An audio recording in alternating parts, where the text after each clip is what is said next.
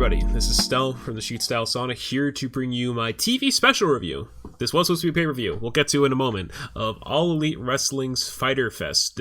What was supposed to be a pay-per-view taking place at Daly's Place in Jacksonville, Florida, originally scheduled to be in the United Kingdom, as revealed by Cody himself, but due to the current circumstances surrounding COVID-19, it was repurposed as a TV special instead of a pay-per-view, and they aired it across 2 weeks, so we'll go across the entire card, go through each match, mainly for the big angles, some nice moments from that, give it a star rating, and at the very end, we'll give the show a lovely grade and award the MVP and the match of the night across the entire show. Going off night one, we're going to the opener. It is MJF and Wardlow taking on Jurassic Express, represented by Jungle Boy and Luchasaurus. Before the match, we have MJF doing a pretty straightforward heel promo. He rundowns all of Jurassic Express, talking about his history of Jungle Boy, talking about why he has to beat them once again, and as a reminder, Chris Jericho is on commentary for night one, so he's very amped up, and we will be talking about him a fair amount throughout this review, on night one at least. And he simply remarks at the very end of this promo saying, "Nice!" and just get ready for more Chris Jericho shenanigans on commentary as we run through this review. After that, the babyfaces come down. It's a very hot start, lots of brawling, a little bit of outside the ring stuff too from my memory. And as this happens, we hear Jericho on commentary take a shot at NXT saying, "Oh, you guys have your limited commercials? Well, here's our thing. We have unlimited talent here at All Elite Wrestling." And it's just a nice little jab there by Jericho talking about how NXT was doing limited commercial breaks for their Great American Bash show happening at the same time as Fyter Fest. So yeah, he's trying to keep that alive. And I think in MJF's pre-match promo, he mentioned how they're in a ratings war. So we all know how night one turned out for them, so maybe that didn't age well for him. Going back to the match, the heels dominated early on in this match. They are keeping Jungle Boy isolated from Luchasaurus, and even when Jungle Boy gets the tag to Luchasaurus, the referee does not see it at first, so he keeps the onslaught going of Jungle Boy being unable to reach his partner, and the heels just dominating. Eventually, we do see the hot tag to Luchasaurus. He's able to take out both men. He gets this big super kick on Wardlow, which is a nice moment there, followed by a nice leg sweep. And then the faces start to work their way back into the match some more. Jungle Boy gets back in eventually. He does 3 dives on MJF, and Chris Jericho gets a quick nod to CMML due to the offense that he has. They fight some more, and we get to a point where they're all inside the ring after like a quadruple down. After this really cool dive from Luchasaurus, it hits this big tumble and Wardlow catches him. So they're all down in the ring, and all of them do kip ups one after the other. So I think it's MJF and Jungle Boy do a pair, and then we see Luchasaurus and Wardlow do one. Really cool moment, and then we see Jungle Boy take on MJF with a Canadian Destroyer. Wardlow on the outside takes care of Marco's son, who interferes with a really nice military press. He throws him on Jungle Boy, and meanwhile in the ring there's a near fall by MJF. MJF eventually tags in Wardlow. He then gets the Dynamite diamond ring out as he instructs Wardlow to hold Luchasaurus down. He goes for him with it, but Luchasaurus ducks the shot, and we see MJF and Wardlow get into this like face-to-face stare down. MJF is like really annoyed at Wardlow for messing up, and he yells at him, "Can you do anything right?" And the confrontation then leads to a distraction, and then that allows Jurassic Express to dispose of MJF, and then Luchasaurus is able to take out Wardlow. Great double team finisher at the end, and the babyfaces get the victory. I'm going to give this match 3.75 stars out of 5. I thought this was a really good opener. Very fast-paced, very tired and true. Babyfaces work their way back into the match after having a disadvantage at the beginning. Some nice double team action. I really enjoyed Luchasaurus interacting with Wardlow, and yeah, can't complain about this one at all. Really good way to start the show. In the first title match across both nights, we have the AEW Women's World Championship match between Hikaru Shida, still rocking her Tifa Lockhart-inspired gear. Very, very nice. Bonus points to me. Well, to her, I should say, for being a big Tifa fan myself. And the challenger, Penelope Ford. This match is a very straightforward build. It's stemming from the fact that Penelope Ford pinned Shida on Dynamite a couple weeks ago after the title shot in the head in that tag team match. So we've been building towards that. It's been a very, like I said, straightforward, not really memorable. People were questioning whether Ford deserved to be challenging with the belt this early against Shida after not really doing much in the division. I know their division has been under fire for stuff like this, but this match we'll get into, I think it showed how good she is. Before the bell, Aubrey Arts gets rid of Kip Sabian after a little bit of confrontation, and it's a very fast-paced start. Shida hits the running knee right away, and then she goes right for the Falcon Spear, but Ford counting that there's a false finish there. And it's a lot of brawling outside the ring at first. They're very very aggressive towards each other, and throughout this match, we just see both women throwing a lot at the wall. So we see Shida do submissions, backbreakers, and well, Penelope, on the other hand, the big thing that she highlights in this match is her technical prowess, her way to counter out of stuff, and her flexibility. So we see Ford counter Falcon's arrow with a roll-up we saw at the beginning. She does like the Spider-Man like kind of walk, where she bends back and like walks around, kind of like Bray Wyatt did. But she doesn't walk around. She gets in that pose. That's the way you get out of counters. She has some very innovative counters and stuff, and it's really, really nice, and it shows like what Ford can do outside of her ring work. Later on, we see Ford teasing getting the belt again. This actually allows Kip Sabian to come back down while the ref's back is turned. He comes out with the kendo stick, which is Shida's. This doesn't work. Shida gets the kendo stick back, hits Sabian. He's taken care of, but this distraction allows Ford to get back in the ring, and she hits the stunner, which is her finisher, but Shida kicks out. Very nice near fall there. Ford then goes up for a moonsault, but she misses. Shida then hits 2 knee strikes, one to the back and then one to the front, and then the Falcon's arrow. We all think that's it, but no, it is not. She kicks out at 2. Very, very nice near fall. But however, then the match just ends as she just goes for another knee. She just gets the win. So I'm thinking, what was the point of having Ford kick out? I guess it just puts over her resilience, but it did make me wonder, because that's literally all the match was at that point, was Ford getting hit with another knee and that being it. So with that, I'm going to give this match 3 stars out of 5. The finish definitely maybe take it down like a quarter star because of that, because I thought it could have been, I think it could have been a 3.25 if it wasn't for the finish. But that's me being nitpicky. I think it still was a very, very good match. Like, I think this is Ford's best match I've ever seen, seeing her work in AEW previously and National Wrestling Alliance. I think this is her best showing. Shida, again, showing that why she is the ace of the women's division, being able to have good matches with just about anybody she's been in the ring with. And I think this is a nice way to start off her reign. I know it started off kind of weird for her losing the Ford, but she got her win back in a very, very convincing match, and yeah, thought it was a very good one. In the next title match, we have the American Nightmare Cody, the AEW TNT champion, taking on the Big Hurt, or as Justin Roberts called him, Rock Hard Jake Hager. I'm not kidding. That's in the pre-match introductions, and wow, it's stirred up a lot of conversations online. This match, I think it's going on with Cody's open challenge. Cody was wondering who was going to fight for Fyter Fest. Hager answered. Pretty standard stuff, and there's been lots of brawling leading up and had the whole press conference for it. This match, early on, it's a lot of feeling each other out, and commentary is really playing up to the sports playing up the sports feel to the match. Before the match, even had like a tail to tape on the Tron, which I thought was a bit interesting. You could see also like how Hager has like all these different advantages over Cody, like in his reach, the height. And there's also like this thing called like time spent submissions, whatever it is. So it's a very curious tale of the tape, and I'm wondering how they came up with that, but whatever. We see Hager get an ankle lock attempt on Cody, but he makes it into one of his own. But Hager quickly gets out of this, because he knows that move so well. They fight to the outside. Arn takes a bump in this match, interestingly enough. I thought it was a very nice moment there. And this also leads to Hager Germaning Cody onto the floor. A very brutal moment there. Cody hits the Cody Cutter. We get a double down. Hager's wife is at ringside, as I mentioned. And then she slaps Cody, but after Cody escapes the ankle lock, Hager gets it back on in the ring. But out comes Dustin Rhodes, interestingly, to make the save. I'm guessing they continues Rhodes and Hager's beef from Revolution, and this exchange then leads to Hager putting on the rear naked choke, but however Cody takes advantage of that. He actually pins Hager off of that, and that's the finish. Hager is not happy about it. He originally thinks that he's won the match, considering he thought he made Cody tap when he heard the bell ring, but Cody's music is clearly playing in the background, so Hager looks like an idiot already, and the official makes the announcement. Justin Roberts makes the announcement, and Hager is not happy. There's a big schmoz, and it actually leads to Hager hitting an official, which they try to sell out as like this big angle, and I just was having none of it. I just think the ending was not really for me. I think like the whole overblown thing with Hager's wife, even though she was already there, stuff with Dustin I wasn't really a big fan, because that's been kind of done and dusted for a while. Get it, because it's Dustin. But after that, I'm going to give this match, I guess like the whole segment, 2.75 stars out of 5. It was a fine match. Like, you know, I've been a little bit outspoken about how I feel about Jake Hager in this position. I do think that Cody could use a better opponent here. Like, it wasn't bad, but I think this is probably one of, if not the weakest match on the show. Unfortunate, but hopefully Cody can rebound in the weeks coming up.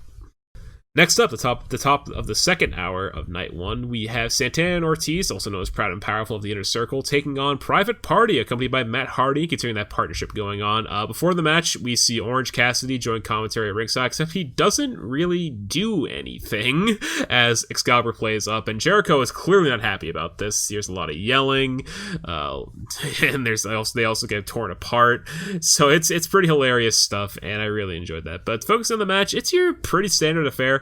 It's very back and forth, kind of like the first tag match was. Cassidy does a really cool corkscrew dive to the outside on both members of Proud and Powerful. Santana eventually tries to bring in the Lotus talking to the match, but Matt Hardy just quickly takes that away. You're not having any of that, buddy. It was a really nice moment. He just did it so easily, too, and there's a near fall in the ring in the meantime. The finish of this match comes after some miscommunication from Proud and Powerful, and Mark Quinn actually blinds Santana. This allows them to hit the gin and juice for the win. Pretty easy win, and Ortiz just comes up short in saving the match for his team. As for rating, we give it 2.5 stars out of 5. It's, pretty standard affair, nothing too special. I think this match probably could have used like a little bit more of a story. Before we get to the main event, there are some announcements that were made. Also, we have, as we mentioned, we had the scuffle between Jericho and Orange Cassidy. That was building up their match for night 2. They also announced that the winners of the tag team match between Private Party and Proud and Powerful, being Private Party, will now face Kenny Omega and Hangman Page next week on Night 2 of Fyter Fest, which we will talk about just in a little bit. And they also announced in a Taz promo with Brian Cage that Fight for the Fallen is coming back. Yes, the charity show from last year to donate to victims of gun violence is back this year to do COVID relief, and it's been reported that the cons have already donated over $1 million, which is that's awesome to see. Like, I think this is going to be a very nice show, and the card has been revealed at this point. We'll say that for probably a podcast next week to talk more about it, but I think I'm really excited to watch it. There's some really good matches on this show, and I'm really excited to see them give like this feel-good show for a great cause, and it should be a good time. Now let's get to the main event. The main event of night 1 is the AEW World Tag Team Championship match between Kenny Omega and Hangman Page taking on the Best Friends. This match has been building up for quite a while. It dates back to when the Best Friends beat Private Party at Double or Nothing to become number 1 contenders, and Omega and Page have been beating other tag teams on Dynamite, such as Natural Nightmares. I think they also took down Sabian and Havoc before Havoc was on suspension, and a lot of other teams have been just fighting regular matches and teasing other things too. So they're finally getting this match off, and I think the big thing to talk about before the match even begins is that the Best Friends got dropped off by Trent's mom, and Josh Armitage even mentions when he's announcing them, he's like, being dropped off by Trent's mother, which was a fantastic thing. I really enjoyed that moment. This match, commentary plays up both teams' winning streaks, talking about, as I was talking about, how all the teams they've beaten so far, what's going to come next beyond this, the stories behind both the teams. It's a very, very way to set the mood for this match, and I really enjoy like how like they're showing like what this has all led to and what's going to happen here tonight. Like I said, another back and forth formula. Before we go to break, we see FTR show up with beach chairs by commentary. It's really cool. They have beers and everything. When we come back, the Best Friends are in control, and they toss Kenny into the barricade onto Hangman. Very, very tough spot there. We get more towards the middle of the match. They're going for the V-trigger buckshot combo, but Chuck Taylor pulls Kenny out of the ring, and this actually allows them to hit strong zero. But just before they get to the 3 count, Kenny just saves Hangman. Just made his cue, so very, very tight near fall there.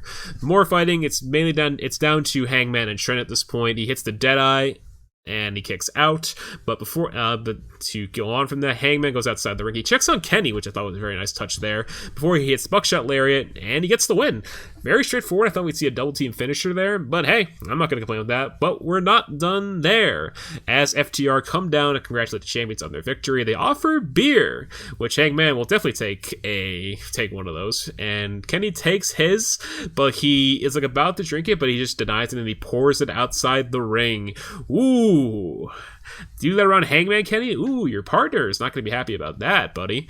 And FTR isn't happy about that either. This leads to a very, very verbal argument between the two, but then the Young Bucks come down to make the save. They break it up before anything breaks down, and that's how we end night 1.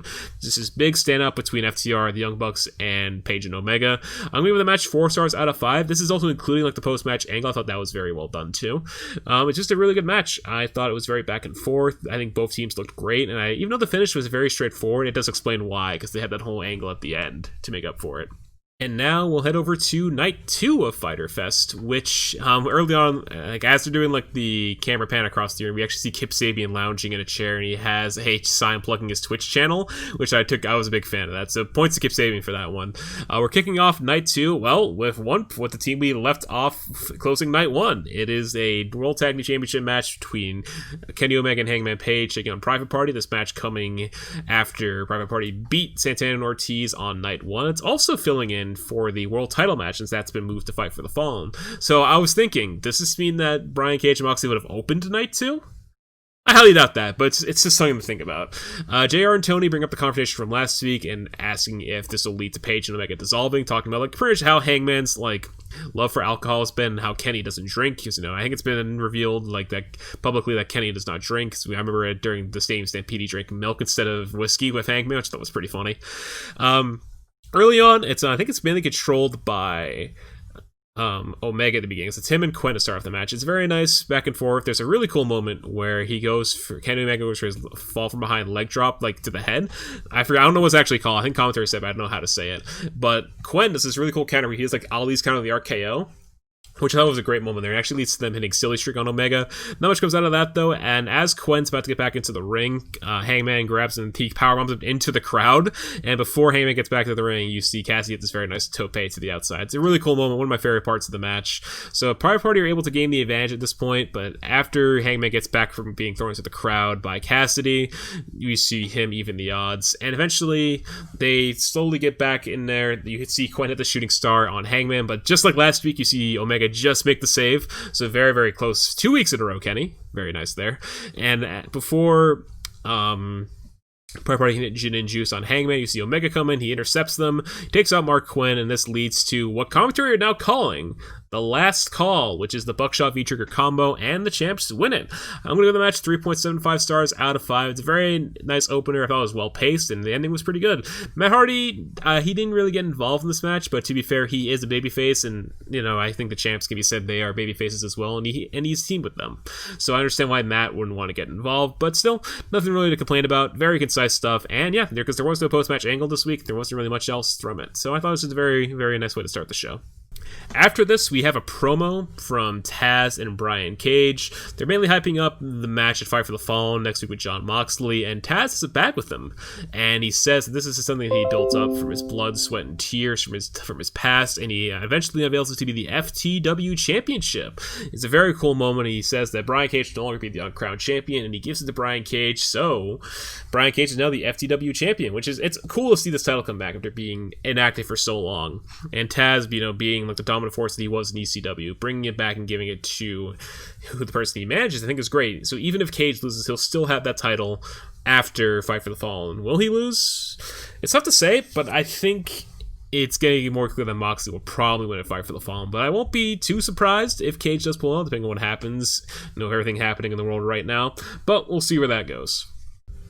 In the second match, we have Lance Archer versus Joey Janela. Before we even get started, Lance makes his entrance. He's carrying Sonny Kiss on his shoulders in a fireman's carry.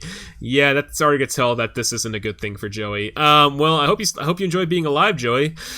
So yeah, Lance dominates early on, but Joey actually has some decent offense in this. He actually is able to stay in this early on, but you can just show like Lance is like it's not gonna affect him that much. Like you see him get staggered like once or twice, but still at the end of the day, like Joey gets dominated. You see him pull out a chair at some point, the referee takes that from him, then he gets back in the ring, Lance just pounces him.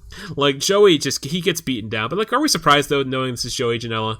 So we also see during the break that Lance throws Joey onto a barricade that's also like set up onto like the wall outside the ring, which that just looked brutal. Joey gets another hope spot. He counters the blackout for a near fall. It's a really nice false finish, but that's just about it. We see a double team from Janelle and Sonny Kiss. Lance still kicks out of that, so it's cool that they're seeing that they're still having Lance be this monster. Because I haven't really seen him on TV that much since the loss to Cody. So it's cool they're still like building him up and he isn't like falling down the ranks that much. The match comes to an end when the table that Janelle set at the start of the match is broken with a blackout through the table by Lance onto Joey. It was an awesome looking spot. Lance also like walked on the apron towards it leading up, which I think is a great way to do it. He puts Joey back in the ring and that's the match. I give it 2.5 stars out of 5. It's a glorified squash. But I think the way they built up the match and how they gave Joey these hope spots here and there, I thought it was really well done. And the finish, I was a huge fan because I thought it looked awesome. And, you know, Joey Janela will take crazy bumps like that. It was probably just nothing to him, too, because it's Joey Janela. But hey, makes Lance look good. Joey does some crazy stuff for us. And yeah, can't complain. In the advertised 8-man tag, we have FTR and the Young Bucks taking on the Lucha Brothers and the Butcher and the Blade.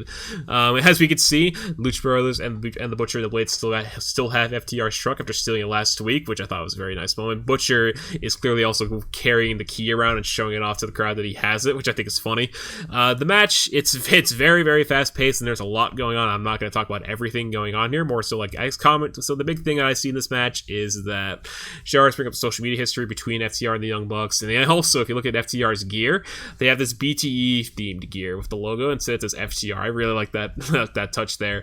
And at one point early on in the match, the commentary pointed out that Tony Blanchard and Sean Spears were watching this, and Tony highlights that because, you know, Tully is a very experienced tag team wrestler with Arn Anderson, and we have seen that, you know, I think there's been teases on social media that they've been trying to start a new Horseman like stable with Cody, FTR, and maybe Spears. I doubt that considering his history of Cody in the promotion, but we'll see.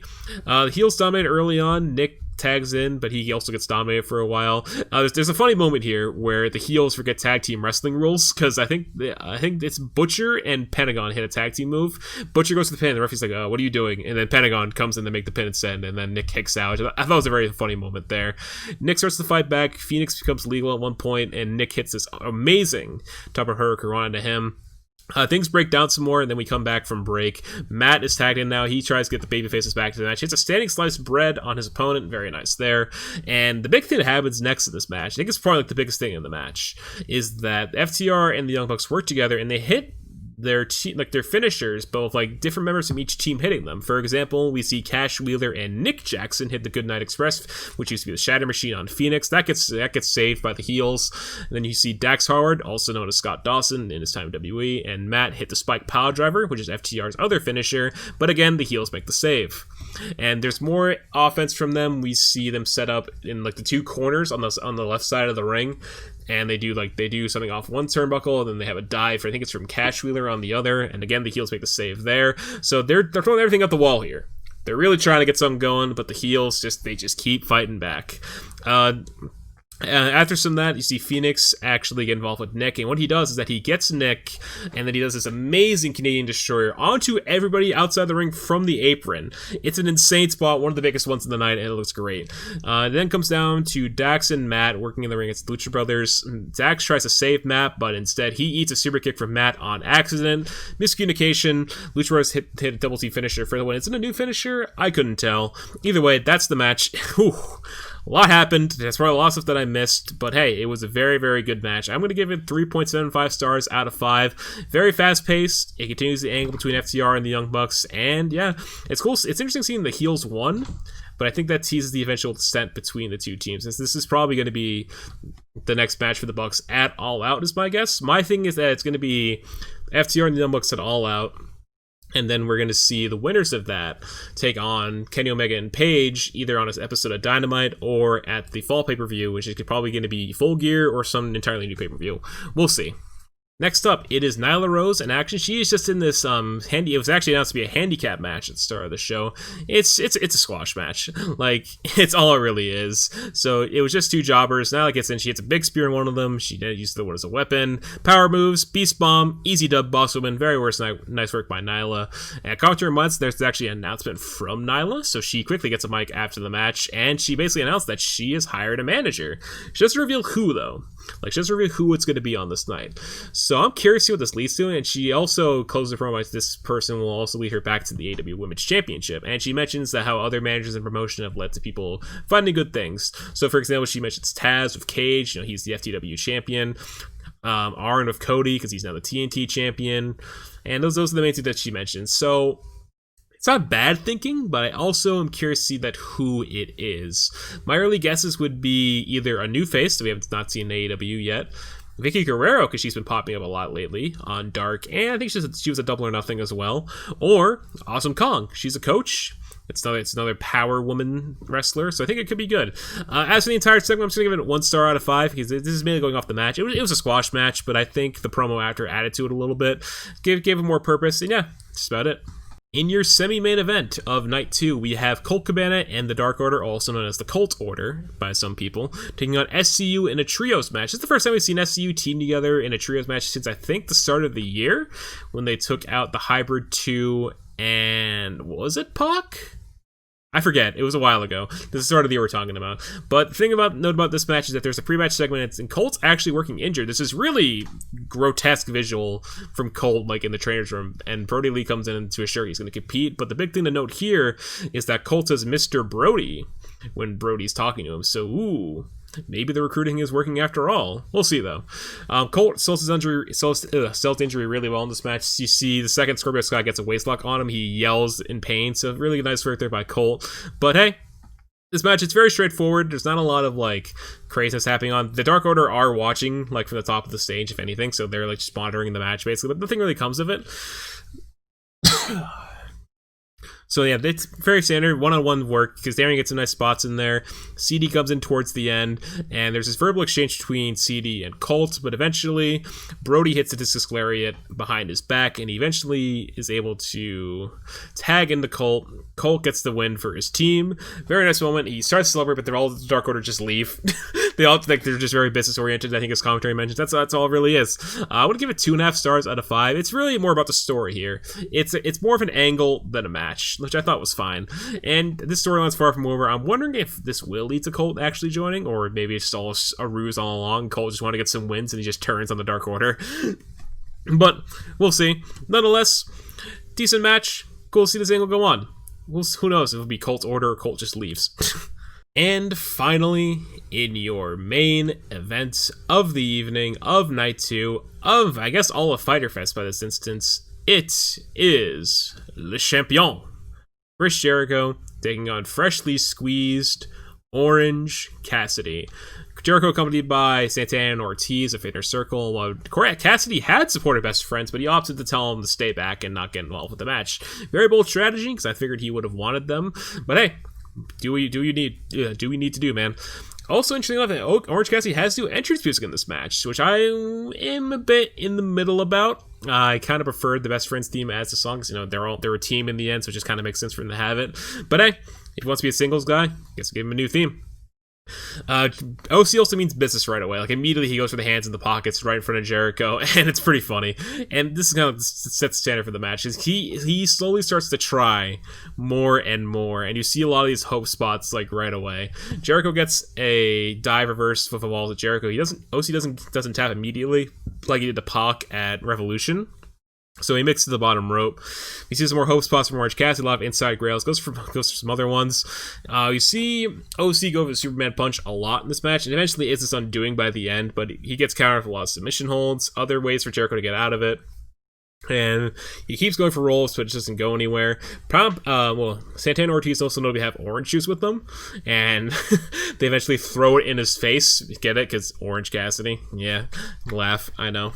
But after that, the Best Friends have had enough. They come out, they take care of Santana and Ortiz, so it's just down to OC and Jericho, so it's just a straight up match of no interference at this point. We see the code breaker from Jericho, but actually Orange Cassidy kicks out at 2. Great false finish there. We get to later stages of this match. Jericho then goes for a suplex, but he gets reversed into a Stundog Millionaire, then a swinging DDT for a near fall. We get to the climax of the match where Orange Cassidy is finally getting ready for the Superman punch, but unfortunately Jericho sees it coming. As OC jumps up, he gets hit with the Judas effect, and Jericho wins. And that's how we end the show, is with Jericho celebrating as we fade to black. As for the match, I'm going to give it 3.5 stars out of 5. I thought it was a very, very entertaining match. You know, it's Jericho being as old as he is. He can only do so much these days, but it's cool seeing Orange Cassidy get the singles push and showing that, hey, when he tries, he tries. As Chuck Taylor's hyped up for months and months now, since like the whole Pac feud happened. Really entertaining stuff. The finish, I thought it could have been predictable. Like, I think it was coming of how many times he was going for the Superman punch, like for the psychology side of things. And it's also just good ring awareness by Jericho in the end. But hey, I think it was good. I was hoping OC would win because I think he could have used like the biggest win of his career thing, but they might say it for like a bigger stage, maybe when there's fans back, or maybe at like a pay-per-view. We'll see. This feud is probably over unless they want to do a trios match where it's Jericho and Santana and Ortiz versus best friends, and maybe they get the win back there. My final grade for Fyter Fest 2020 is a B. I thought the show across both nights was very, very strong. There were some great matches across both nights. The MVP, and by degree, the match of the night, is going to go to Kenny Omega and Hangman Page for working both shows for the MVP award. And the match of the night is going to go to them versus the best friends from night one. And yeah, that will do it for my review of AEW Fyter Fest 2020. Coming up next on the Shoot Style Sauna is going to be Eric's review of New Japan Pro Wrestling's Dominion, happening this weekend at time of recording, and we will be back very soon next week with the next episode of the podcast. So, until then, guys, I'm Stel from the Shoot Style Sauna, and we'll see you next time.